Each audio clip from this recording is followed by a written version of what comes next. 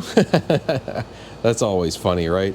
So y'all know I'm always looking for innovative work lights, and I think this thing from Wurkkos is going to be pretty cool. It's model HD01 UV, which that UV definitely comes in handy for automotive stuff, doesn't it? It's got a spotlight and the side light, which I think is going to be interesting, and a strong magnetic tail. You definitely want that in your work lights. It's got several modes here. In moon mode, it puts out 1 lumen, and low mode, 20 lumens, 100 lumens in medium, 450 in high, and 1200 in turbo. Let's go ahead and get this thing out of here and take a look at it.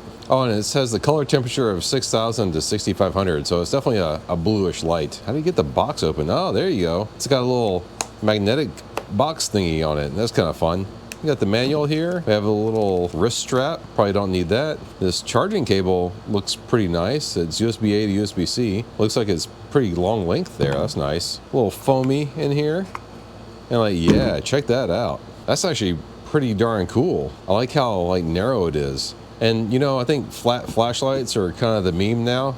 This thing's about 4 1/4 inches long, right at 1 inch wide, and then maybe 1/2 inch thick. Yeah, about 1/2 inch thick. And it's got a nice dual action pocket clip there. You can slide it onto things like this way, but then you can also slide it onto things that way. So regardless of which way you need the light to point, you can do that with the pocket clip. That's really nice. And charging port is over here. Let's go ahead and get this thing plugged in. So hopefully you guys can see that on camera. It's a little bit dim, but these two little buttons right here lit up red as soon as I plugged it in. And ooh, yeah, check that out. Caution, hot. I bet these LEDs get screaming up on high. Yeah, so this is red while it's charging, and then it goes green once it's done. But check out all the crazy modes on this thing. This is definitely kind of complicated, isn't it? But let's go through this. First of all, the light was locked, and to unlock it or lock it, you have to push either one of these buttons 4 times. And that little double flash lets you know that it's locked, and every time you push any of these buttons, it just gives that little double flash. But to unlock it, you do 4 presses and then it's unlocked. And as you can see, you can actually use the light while it's charging, which is kind of nice. But I'm going to go ahead and disconnect that for now. So this button here controls the front lights, and this button here controls the side light.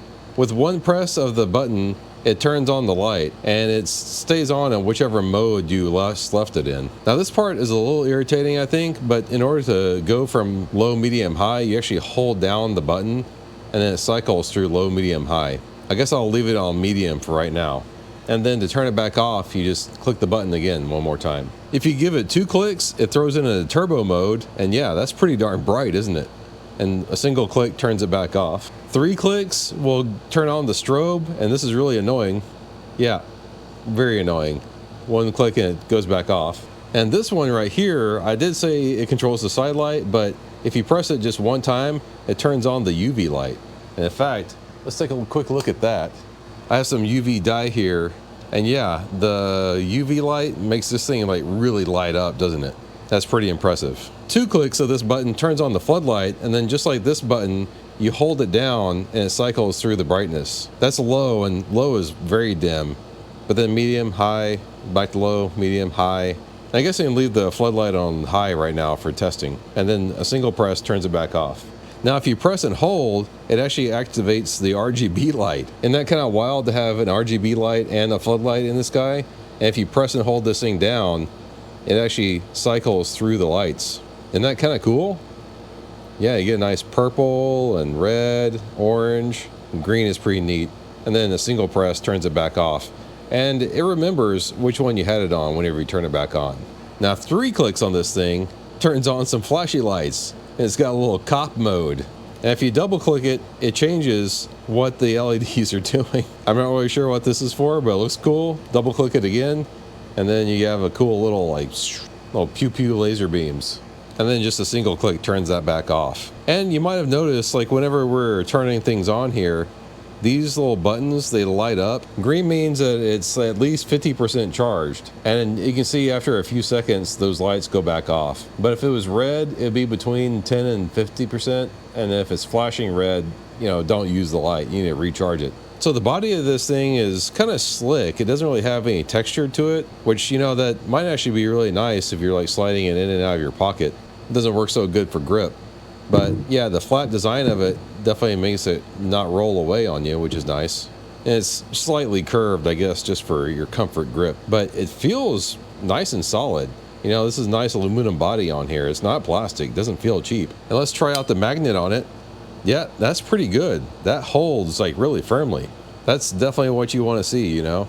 Whether you're in an engine bay or on an electrical panel or something, you want your work light to be able to slap onto it like really nice and firmly. And yeah, that's really good. And it's good to test your lights on something that's kind of an irregular surface like this. You know, putting onto a flat piece of steel is kind of cheating on your test, right? Because in the real world, you have irregular surfaces. But yeah, let's see how this thing does in the dark. Okay, we're in total darkness here in the garage, and I've got the light on low here. And you can see the back wall of the garage. Actually, not too bad.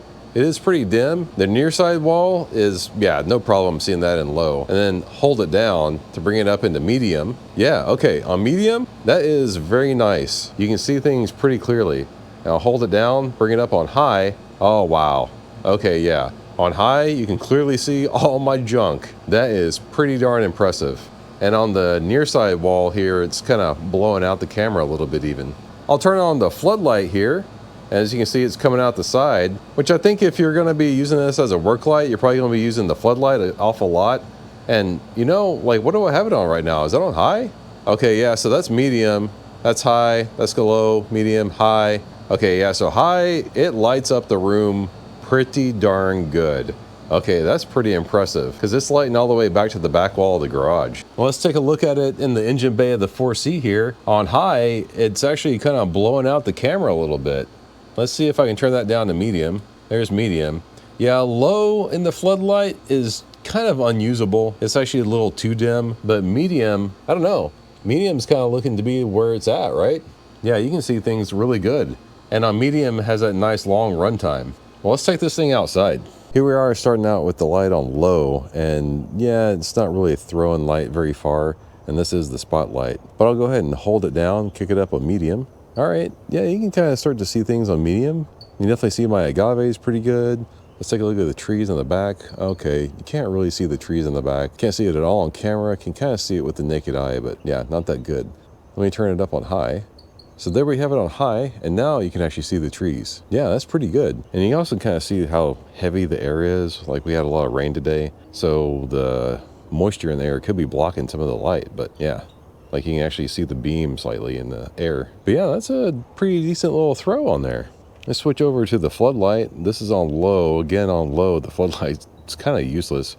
Maybe if you were just like real up close to something. But hold it down, turn it on medium. Yeah, it's starting to be able to see things on medium a little bit. It's not showing up on camera at all though. Then go ahead and turn it up on high. And then on high, you can definitely see better. But the floodlight is definitely short range. And here's turbo mode. Yeah, turbo is pretty dang awesome. So yeah, I'm pretty impressed with this thing. And you know, it's gotten a little bit of warm using it for the several minutes that I've been testing it out. But it's not like ridiculously hot. That's kind of nice.